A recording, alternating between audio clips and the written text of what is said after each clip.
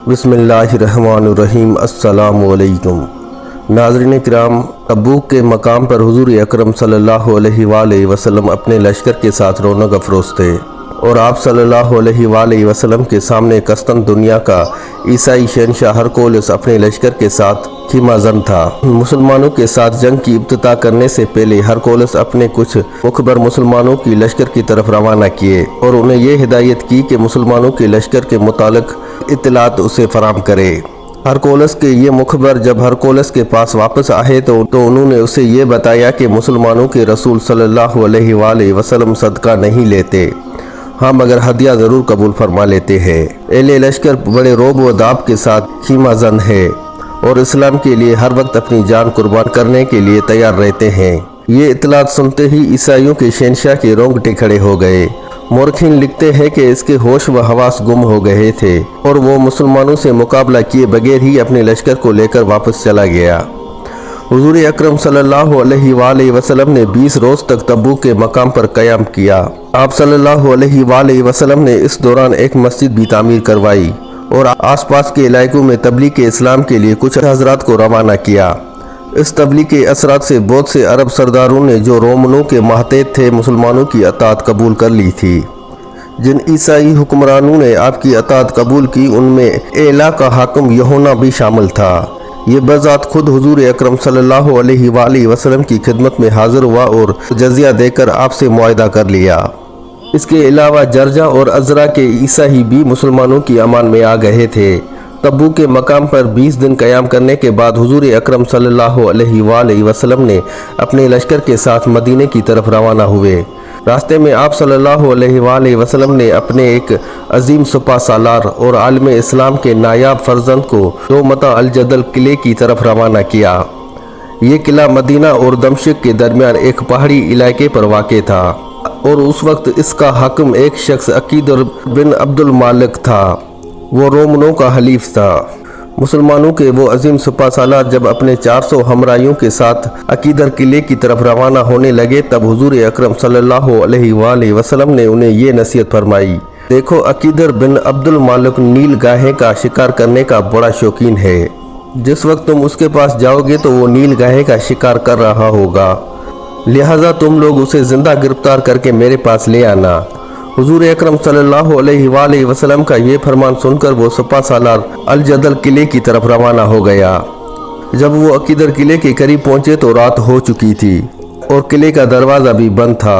وہاں پہنچ کر ان سپہ سالاروں کو پتہ چلا کہ عقیدر بن عبد المالک اس وقت اپنی بیوی رباب کے پاس بیٹھا شراب پی رہا تھا۔ اسی لمحہ وہاں پر ایک پہاڑی گائے یعنی کہ نیل گائے نمودار ہوئی اور وہ قلعے کے دروازے پر ٹکر مارنے لگی تھی۔ قلعے کے اندر عقیدر بن عبد المالک اور اس کی بیوی رباب دونوں بیٹھے ہوئے تھے کہ رباب نے نیل گاہے کو قلعے کے دروازے پر ٹکر مارتے ہوئے دیکھا، لہٰذا اس نے اس کی اطلاع اپنے شوہر کو دی۔ رات کا وقت تھا اور دور دور تک چاندنی پھیلی ہوئی تھی۔ عقیدر اپنے ایک بھائی حسان اور دوسرے ساتھیوں کے ساتھ قلعے سے باہر نکلا اور ارادہ کیا کہ وہ اس نیل گاہے کا شکار کرے گا۔ وہ اپنے بھائی اور دوسرے خدمتگاروں اور خدام کے ساتھ شکار کرنے کے لیے قلعے سے باہر نکلا ہی تھا کہ مسلمانوں کے وہ سالار جنہیں حضور اکرم صلی اللہ علیہ وآلہ وسلم نے انہیں گرفتار کرنے کے لیے بھیجا تھا اس پر حملہ آور ہو گئے اور اسے پکڑ کر اس کی مشقیں کس دی۔ اس موقع پر عقیدر کے بھائی حسان اور دیگر ہم نواؤں نے مسلمانوں کے اس سپہ سالار کے اوپر حملہ کیا، جس کے نتیجے میں مسلمانوں کے اس سپہ سالار نے بھی جوابی کارروائی کرتے ہوئے ان کے اوپر حملہ کر دیا اور نتیجہ یہ نکلا کہ الجدل کے حکمران عقیدر کا بھائی حسان اس ٹکراؤ کے نتیجے میں مارا گیا اور اس کے باقی ساتھی اپنی جان بچا کر بھاگ نکلے۔ اس مسلمان سپہ سالار نے عقیدر کو زندہ گرفتار کر کے حضور اکرم صلی اللہ علیہ وآلہ وسلم کی خدمت میں پیش کیا۔ اس موقع پر حضور اکرم صلی اللہ علیہ وآلہ وسلم نے عذرائے کرم عقیدر کو امان دی اور عہد نامہ لکھ کر جزیہ مقرر فرمایا اور اس کے قلعے پر حاکم کی حیثیت سے اسے برقرار رکھا۔ مسلمانوں کے یہ سپہ سالار جو الجدل کے حکمران عقیدر پر حملہ آور ہوئے اور انہیں نیل گائے کے شکار کرتے ہوئے اسے گرفتار کیا، یہ حضرت خالد بن ولید رضی اللہ تعالی عنہ تھے۔ آپ کا پورا نام ابو سلیمان خالد بن ولید ہے۔ हज़रत खालिद बिन वलीद का सिलसिला नसब हुजूर अकरम सल्लल्लाहु अलैहि वसल्लम की 7वीं पुश्त में जाकर एक शख्स मरवा से मिल जाता और उसी शख्स पर हज़रत अबू बकर सिद्दीक़ रज़ी अल्लाह ताला अन्हा का सिलसिला नसब भी हुजूर अकरम सल्लल्लाहु अलैहि वसल्लम से मिलता था। आपकी वालदा लुबाबा सुगरा उम्मुल मोमिनीन हज़रत मैमुना की हकीकी हमशीरा थी।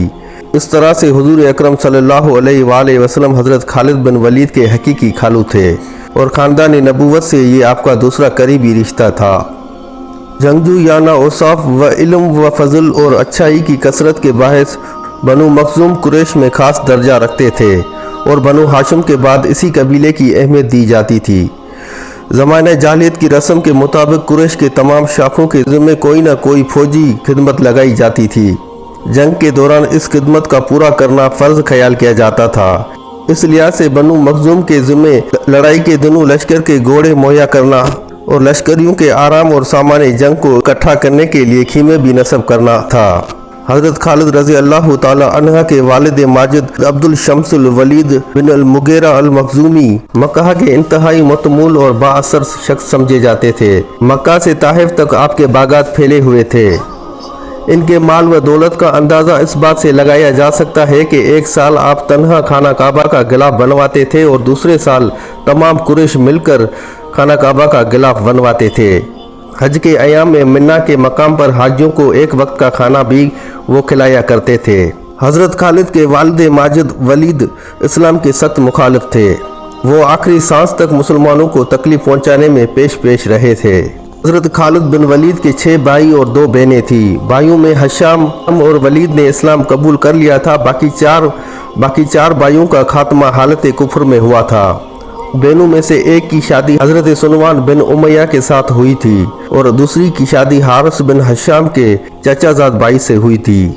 हज़रत खालिद बिन वलीद भी अपने वालिद की तरह इस्लाम लाने से पहले इस्लाम के शदीद मुखालिफ थे। मुसलमानों के खिलाफ ज़बानी नहीं बल्कि अमली कार्रवाइयों में भी बढ़ चढ़ कर हिस्सा लिया करते थे, बल्कि औरों की निस्बत भी कार्रवाइयों में इनका हिस्सा ज़्यादा हुआ करता था।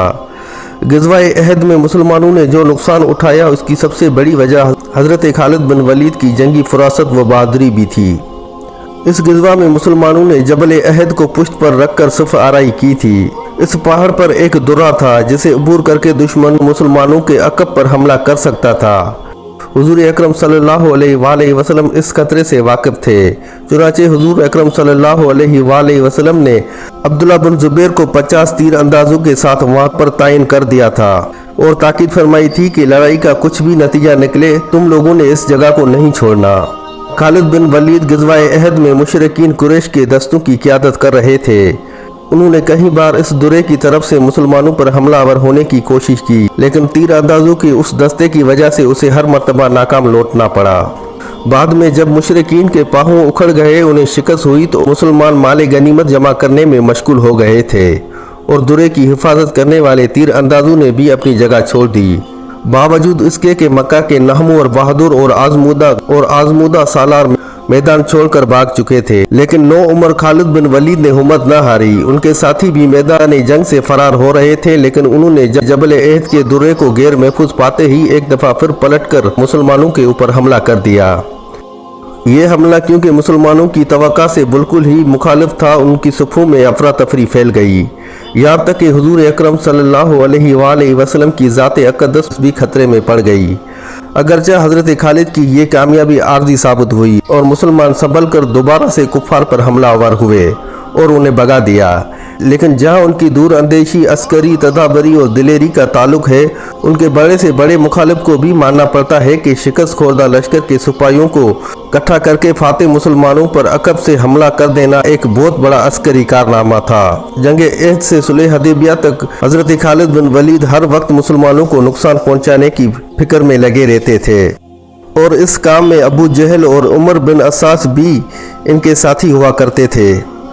सन 60 हिजरी में जब हुजूर अकरम सल्लल्लाहु अलैहि वसल्लम उम्रे के लिए मक्का की तरफ रवाना हुए तो कुफ़ार को ये ख्याल गुजरा कि मुसलमान मक्का पर कब्जा करने के लिए आ रहे हैं। चुनांचे उन्होंने खालिद बिन वलीद को 200 सवारों के साथ मुसलमानों की नकल व हरकत देखने के लिए भेजा और खुद जंग की तैयारी करने लगे। मुसलमानों का काफिला हुदैबिया के मकाम पर आकर ठहर गया। जब हुजूर अकरम सल्लल्लाहु अलैहि वसल्लम को मालूम हुआ कि कुफार लड़ाई की तैयारियां कर रहे हैं तो आप सल्लल्लाहु अलैहि वसल्लम ने पैगाम भेजा कि मैं उम्रे के लिए आया हूँ, लड़ाई करना मेरा मकसद नहीं है। खालिद बिन वलीद और आपके साथियों ने अपनी तरफ से पूरी कोशिश की कि किसी न किसी तरह से मुसलमानों से उलझ पड़े, लेकिन हुजूर अकरम सल्लल्लाहु अलैहि वसल्लम की तदब्बर और अमन पसंदी उनके इन इरादों पर गालिब आई और कुफार के साथ मुसलमानों की सुलह तय हो गई। इस सुलह से मुसलमानों के लिए कामयाबी का दरवाज़ा खुल गया। कुफार के लिए शिकस्त और ज़िल्लत का आगाज़ हो चुका था। खालिद बिन वलीद और उनके साथियों को ये सुलह बड़ी नागवार गुजरी थी और उन्हें ये महसूस होने लगा था कि कोई दिन ऐसा भी आएगा कि सारे अरब पर तौहीद का झंडा लहराने लगेगा। चुनांचे इन हालात को देखते हुए इनके साथी उमर बिन अस्सास दिलबरदाश्ता होकर हबशा की तरफ चले गए। उन्होंने खालिद बिन वलीद को भी अपने साथ ले जाना चाहा, लेकिन खालिद ने इसी में ही मुसलत जानी कि वो मक्का में बैठकर हालात का जायज़ा ले। मक्का में क़याम के दौरान ही आपके दिल में इस्लाम से मोहब्बत की इब्तिदा हो गई थी। इस मोहब्बत की इब्तिदा सुलह हुदैबिया से पहले ही हो चुकी थी। वो अयाम थे जब हज़रत खालिद बिन वलीद मुसलमानों की नकल व हरकत को मालूम करने के लिए गश्त लगाया करते थे। हज़रत खालिद बिन वलीद रज़ी अल्लाह ताला अन्हु खुद फरमाते हैं कि जब रसूल अकरम सल्लल्लाहु अलैहि वसल्लम ऐनान के मकाम पर क़याम फरमा थे तो मैंने देखा कि हुजूर अकरम सल्लल्लाहु अलैहि वसल्लम नमाज अदा कर रहे थे। मैंने हर चंद कोशिश की कि हुजूर अकरम सल्लल्लाहु अलैहि वसल्लम और आप सल्लल्लाहु अलैहि वसल्लम के सहाबा को नुकसान पहुंचाऊं, लेकिन मेरी कोई भी कोशिश कामयाब ना हुई। उस वक्त मेरे दिल में ये अलाहम हुआ कि खुदा आप सल्लल्लाहु अलैहि वसल्लम का हाफिज व नासुर है और हम चाहे कितनी भी कोशिश करें इनके ऊपर गालिब नहीं आ सकते। इस तरह पहली बार इस्लाम की सदाकत हज़रत खालिद बिन वलीद पर जाहिर हुई। अपने दोस्तों के मुताबिक कुदरत ने खालिद बिन वलीद को जहाँ बेमिसाल बहादुरी और शेरोज़ी बख्शी हुई थी, वहीं सच्चाई कबूल करने की पायान सलाहियत भी अता की थी। हज़रत खालिद बिन वलीद के एक भाई पहले ही इस्लाम कबूल कर चुके थे। उन्होंने हुजूर अकरम सल्लल्लाहु अलैहि वसल्लम के पास मदीना में ही रिहाइश इख्तियार कर ली थी। उन्होंने हुजूर अकरम सल्लल्लाहु अलैहि वसल्लम के कहने पर अपने भाई खालिद बिन वलीद को ख़त लिखा और इस्लाम कबूल करने की दावत दी। हज़रत खालिद बिन वलीद खुद फरमाते हैं कि इस खत ने गोया मेरे दिल में आग बरसा कर रख दी थी। भाई का खत देखते ही मेरी हालत ऐसी हो गई जैसे सूखे में किसी ने आग लगा दी हो। मेरी ज़बान पर बेइख्तियार कलमा तौहीद जारी हो गया था और जी चाह रहा था कि पर लगाकर उड़कर हुजूर अकरम सल्लल्लाहु अलैहि वसल्लम की खिदमत में हाजिर हो जाऊं और अपना तन मन धन सब कुछ हुजूर अकरम सल्लल्लाहु अलैहि वसल्लम पर कुर्बान कर दूं।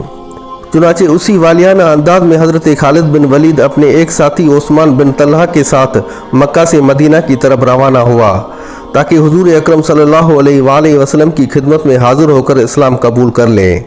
रास्ते में इन दोनों की मुलाकात उमर बिन आस से हुई, जो कि हबशा से इस्लाम कबूल करने के लिए हुजूर अकरम सल्लल्लाहु अलैहि वसल्लम की खिदमत में आ रहे थे। इस तरह से तीनों साहिब हैसियत और आलम इस्लाम के नामों और अजीम सिपा सालार बनने वाले हुजूर अकरम सल्लल्लाहु अलैहि वसल्लम की खिदमत में हाजिर हुए और इस्लाम को कबूल फरमाया। हज़रत खालिद बिन वलीद के इस्लाम लाने के मुतालिक एक रवायत ये भी है कि जब अल्लाह ताला ने उनके दिल में इस्लाम की रग़बत डाल दी थी तो आपने खुदा की तरफ से नाजिल होने वाले कुरान पर गौर किया और एक मरतबा कुरैश के मजमे में खड़े होकर कहने लगे, हर साहिब अकल और जी शऊर के लिए अब ये अमर वाज़े हो चुका है कि हुजूर अकरम सल्लल्लाहु अलैहि वसल्लम ना साहिर है और ना शाहिर है। इनका कलाम रब्बुल आलमीन की तरफ से है। बस अब हर फर्द के ऊपर इनका इत्तबा वाजिब हो चुका है। इनके इन अल्फाज के जवाब में अकरमा बिन अबू जहल, जिन्होंने इनके बाद इस्लाम को कबूल किया था, घबरा उठे और कहने लगे, ए खालिद, क्या तू मर्तद हो गया है? हज़रत खालिद बिन वलीद ने फरमाया कि मैं मर्तद नहीं बल्कि मुसलमान होकर दीन हक में दाखिल हो गया हूँ। तब अकरमा बिन अबू जहल कहने लगे कि वल्लाह तेरे बजज तेरे अलावा कोई नहीं है जो ऐसी बात ज़बान पर लाए। हालांकि जंग बदर में हुजूर अकरम सल्लल्लाहु अलैहि वसल्लम ने तेरे बाप के मर्तबा और आबरू को ख़त्म किया और तेरे चचाजाद भाई को कत्ल किया। वल्लाह मैं तुझसा नहीं जो इस्लाम लाहूँ और ऐसी बातें करने लगूँ। ए खालिद, क्या तुझे मालूम नहीं है कि तेरी कौम कुरैश मोहम्मद सल्लल्लाहु अलैहि वसल्लम से बरसरे पेकार है? जवाब में हज़रत खालिद बिन वलीद ने फरमाया कि ये सब जाहिलियत और बातनी काम है। जब तक मुझ पर इस्लाम की हकानियत मुनकशफ नहीं हुई थी मैं भी तुम लोगों के साथ था, لیکن اب جب کہ مجھ پر حق ثابت ہو چکا ہے اور سچے دل سے مسلمان ہو چکا ہوں۔ بعد ازاں حضرت خالد بن ولید حضور اکرم صلی اللہ علیہ وآلہ وسلم کی خدمت میں اپنے ساتھیوں کے ساتھ حاضر ہوئے اور اسلام کو قبول کیا۔ بہرحال اسلام کو قبول کرنے کے بعد اسلام کے حق میں حضرت خالد بن ولید نے جس غزوہ میں حصہ لیا تھا وہ موتا تھا۔ یہ پہلا غزوہ تھا جس میں حضرت خالد بن ولید اسلام لانے کے بعد شریک ہوئے اور آپ ہی کے ہاتھوں مسلمانوں کو فتح نصیب ہوئی۔ دراصل واقعہ کچھ یوں ہے کہ بصرہ کے حکمران شرجیل کی طرف سے حضور اکرم صلی اللہ علیہ وآلہ وسلم نے اپنے ایک قاصد کو خط دے کر بھیجا۔ قاصد کا نام حارث بن عمیر تھا۔ دنیا بھر میں قاصد کی عزت، سفیر کا احترام اور اس کی جان کی حفاظت فرض سمجھی جاتی ہے، لیکن اپنی طاقت کے ذم میں بصرہ کے حاکم شرجیل نے حضرت حارث کو نہایت ہی بے دردی سے شہید کر دیا۔ جب حضور اکرم صلی اللہ علیہ وآلہ وسلم نے اپنے قاصد کی شہادت کی خبر سنی تو آپ صلی اللہ علیہ وآلہ وسلم کو سخت صدمہ ہوا۔ کچھ عرصہ تو آپ صلی اللہ علیہ وآلہ وسلم یہودیوں کی سازشوں کو دبانے میں مصروف رہے، لیکن جو ہی اس طرف سے اطمینان ہوا تو آپ صلی اللہ علیہ وآلہ وسلم نے 3000 مسلمانوں کا لشکر تیار کیا اور بصرہ کے والی شرجیل سے حضرت حارث بن عمیر کا قصاص لینے کے لیے روانہ کر دیا۔ لشکر کی امامت حضرت زید بن حارث کے سپرد ہوئی۔ روانگی سے قبل حضور اکرم صلی اللہ علیہ وآلہ وسلم نے ہدایت فرمائی کہ اگر زید بن حارث شہید ہو جائے تو جعفر بن ابو طالب لشکر کے سربراہ ہوں گے، اور اگر جعفر بن ابو طالب بھی شہید ہو جائے تو عبداللہ بن رواحہ امیر لشکر ہوں گے، اور اگر وہ بھی جنگ میں شہید ہو جائے تو آپ کو میری طرف سے اجازت ہے کہ آپس میں مشورہ کرنے کے بعد جو چاہے جس کو چاہے اپنا سالار مقرر کر لیں۔ موتا سرزمین شام کا ایک چھوٹا سا قصبہ تھا۔ جب یہ لشکر موتا پہنچا تو بصرہ کے حاکم شرجیل نے مسلمانوں کی لشکر کا احوال معلوم کرنے کے لیے اپنے بھائی سدوس کو 250 سپاہیوں کے ساتھ موتا کی طرف روانہ کیا۔ مشرکین کا یہ گروہ مسلمانوں کی بے خبری میں پہنچا اور جنگ شروع ہو گئی۔ چنانچہ سدوس مارا گیا۔ شرجیل اپنے بھائی سدوس کے قتل کی خبر سن کر خوفزدہ ہو گیا اور ایک قلعے میں پناہ لے لی، وہاں سے اپنے ایک اور بھائی کو کیسر روم کی طرف روانہ کیا اور اسے مسلمانوں کے خلاف مدد لی۔ چنانچہ رومنوں کے کیسر ہرکولس نے 1 لاکھ کا لشکر مسلمانوں کا مقابلہ کرنے کے لیے بھیج دیا۔ بعض مورخین نے یہ بھی کہا ہے کہ ہرکولس کی لشکر کی تعداد 1 لاکھ سے بھی زائد تھی۔ جب اس لشکر کی خبر مسلمانوں کو ہوئی تو انہیں تشویش ہوئی اور بعض لوگوں نے مشورہ دیا کہ اس صورتحال سے حضور اکرم صلی اللہ علیہ وآلہ وسلم کو آگاہ کر دینا چاہیے۔ حضور اکرم صلی اللہ علیہ وآلہ وسلم چاہے ہمیں واپسی کا حکم دے یا پھر لڑائی کا، اس کے اوپر عمل ہوگا۔ چنانچہ اس موقع پر عبداللہ بن رواحہ نے لوگوں کو مخاطب کرتے ہوئے کہا کہ جس چیز یعنی کہ شہادت سے تم ڈرتے ہو، اس کے لیے تم اپنا وطن چھوڑ کر یہاں آئے ہو، اور مسلمانوں کو کبھی بھی لشکر کی کثرت نے فتح مند نہیں کیا۔ بدر کی لڑائی میں ہم بہت کم تھے اور دشمن کی تعداد بہت زیادہ تھی۔ ہمارے پاس بے سر و سامانی کی وجہ سے صرف 2 گھوڑے تھے، لیکن پھر بھی خدا نے کفار پر جو ہر قسم کے جنگی ساز و سامان سے لیس تھے ہم کو فتح عطا کی۔ اس وقت ہماری مہم کی تکمیل صرف 2 صورتوں میں ہی ہو سکتی ہے، یا تو ہمیں فتح حاصل ہوگی یا پھر شہادت نصیب ہوگی۔ اس صورت میں ہم جنت میں اپنے دوستوں سے ملاقات کریں گے اور ہر صورت میں ہم خداوند قدوس کی رضامندی حاصل کریں گے۔ عبداللہ بن رواحہ کے ان الفاظ کے جواب میں سارے صحابہ نے تائید کی۔ چنانچہ مشرکین کا مقابلہ کرنے کے لیے مسلمانوں نے اپنی صفیں درست کرنا شروع کر دی۔ زید بن حارث مسلمانوں کی لشکر کی قیادت کر رہے تھے۔ جنگ کے دوران وہ شہید ہو گئے۔ آپ کی شہادت کے بعد حضرت جعفر بن ابی طالب نے امارت سنبھالی۔ کفار سے لڑتے ہوئے آپ کا گھوڑا زخمی ہوا اور آپ گھوڑے سے گر پڑے اور اس جنگ میں آپ بھی شہید ہو گئے۔ اس کے بعد حضور اکرم صلی اللہ علیہ وآلہ وسلم کی ہدایت کے مطابق عبداللہ بن رواحہ کو لشکر کا امیر مقرر کیا اور کفار سے مقابلہ کرتے ہوئے وہ بھی شہید ہو گئے۔ مسلمانوں کے ان سالاروں کے شہید ہو جانے کی وجہ سے کفار کی ہمت اور بھی بڑھ گئی تھی۔ جب عبداللہ بن رواحہ شہید ہوئے تب ایک صحابی ثابت بن اکرم نے لشکر اسلام کا علم سنبھالا اور مسلمانوں کو مخاطب کرتے ہوئے کہا کہ تم لوگ کسی ایک شخص کو اپنا امیر بنانے پر متفق ہو جاؤ۔ میں نے اسلام کے علم کو سنبھالنے میں بلا اجازت جرأت کر کے ایک نیک کام کیا ہے، لیکن میں کسی کا حق غصب کرنا نہیں چاہتا۔ جواب میں لشکریوں نے بلند آواز میں کہا کہ ہم تمہارے امیر بننے پر راضی ہیں، इस बात पर साबित बिन अकरम कहने लगे कि मैं इस काम की सलाहियत नहीं रखता, तुम लोग खालिद बिन वलीद को अपना अमीर बनाने पर मुतफिक हो जाओ। चुनाचे मुसलमानों ने इस बात से राह इत्फाक किया और हज़रत खालिद बिन वलीद को पहली बार मुसलमानों की लश्कर की कमांदारी का शर्फ हासिल हुआ। हज़रत खालिद बिन वलीद ने आगे बढ़कर साबित बिन अकरम से अलम ले लिया।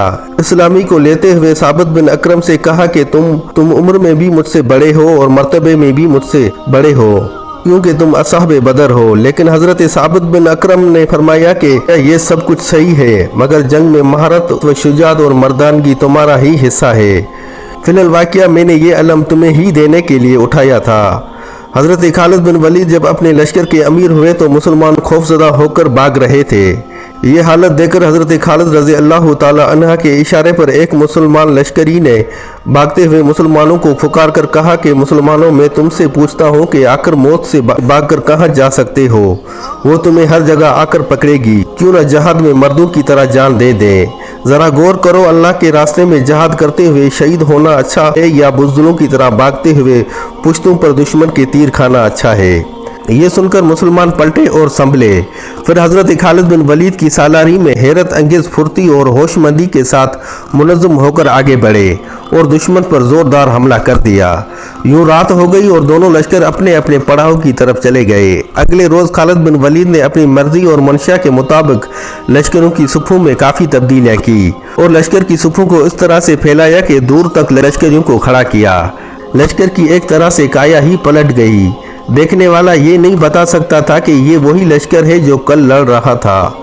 मुशरिकीन ने जब लश्कर की इस तब्दीली को देखा तो वो खौफजदा हो गए और वो ये समझे कि रात ही रात में शायद मुसलमानों को कोई मदद मिल गई ही है। इस ख्याल ने उनके ऊपर खौफ तारी कर दिया और इस तरह से वो मुकाबले की ताब ना ला सके और मैदान जंग से भाग निकले।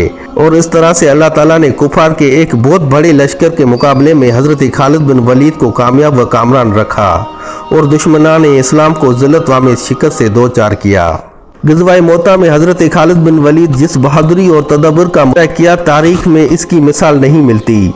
एक तरफ 3000 मुसलमान और दूसरी तरफ लाखों की तादाद में कुफार थे, लेकिन हज़रत खालिद बिन वलीद के हुस्न तदाबीर ने अक़लियत को अक्सरियत में गालिब कर दिया और काफर खौफज़दा होकर मैदान जंग से भाग गए।